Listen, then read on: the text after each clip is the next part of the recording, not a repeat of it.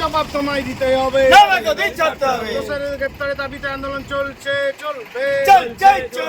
দুর্গাপুরে ২৬ নম্বর ওয়ার্ডের ১৯ নম্বর জাতীয় সড়কের ধারে এবিএল মোড়ে বিজেপির দলীয় কার্যালয় পুড়িয়ে দেওয়ার অভিযোগ। ভাঙচুর করা হলো টালির চালও।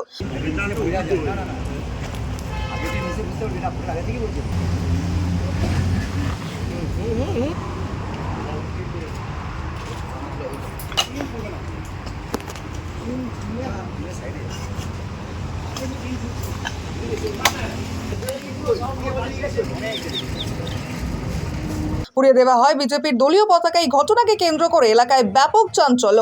শনিবার সকালে এই ঘটনার সামনে আসতেই ক্ষোভে ফেটে পড়েন বিজেপি কর্মী সমর্থকেরা। দলীয় কার্যালয়ের সামনে বিক্ষোভ দেখাতে শুরু করে বিজেপি কর্মী সমর্থকেরা।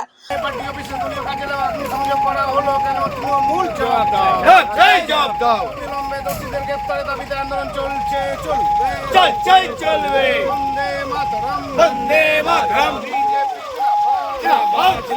বর্ধমান দুর্গাপুর বিজেপির যুব মোর্চার সহ সভাপতি তরুণ দাসের অভিযোগ, দুর্গাপুর পশ্চিম এবং পূর্ব বিধানসভার অধিকাংশ ওয়ার্ডে এগিয়ে রয়েছে বিজেপি। তাই বিজেপি কর্মীদের মনোবল ভাঙতে তৃণমূলের দুষ্কৃতীরা বিজেপির দলীয় কার্যালয় জ্বালিয়ে দিচ্ছে বলে দাবি করেন তিনি। অন্ধকারে তৃণমূলের দুষ্কৃতী দল এখানে আমাদের ভারতীয় জনতা পার্টি ২৬ নম্বর ওয়ার্ডের যে আমাদের দলীয় কার্যালয় অগ্নিসংযোগ করে। আর এটাই বলতে চাই যে অগ্নিসংযোগ করে ভারতীয় জনতা পার্টি কর্মীদেরকে থামানো যাবে না।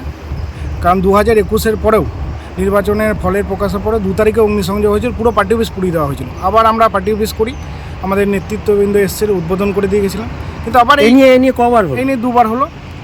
আর একটাই বলতে চাই, সারা ভারতবর্ষে এই নির্বাচনে এমন জায়গায় গেছে, মধ্যপ্রদেশে 26-এ 26, গুজরাটে 26-এ 25, প্রত্যেক জায়গায় ভারতীয় জনতা পার্টি ভালো ফল হয়েছে। কিন্তু কোনো জায়গায় কোনো কর্মীদের বিরোধীর ওপর কোনো জায়গায় আঘাত আসেনি। কিন্তু আজকে বাংলায় এই ঘটনা ঘটছে।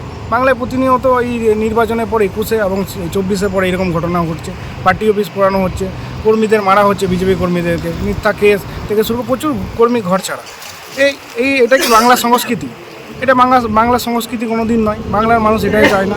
তাই এটাই বলতে চাই যে এটা খুব অত্যন্ত দুর্ভাগ্যজনক ঘটনা। এইরকম ঘটনা আমরা চাই না, মানে সাধারণ মানুষ চাই না। সাধারণ মানুষ এর জবাব আগামী দিনে দেবে। তাই এটাই বলতে চাই, আমরা পুলিশ প্রশাসন এসেছিলেন, দেখে গেলেন। অবিলম্বে দোষীদের গ্রেপ্তারের আমরা দাবি জানাচ্ছি। ব্যুরো রিপোর্ট, পিবি বার্তা।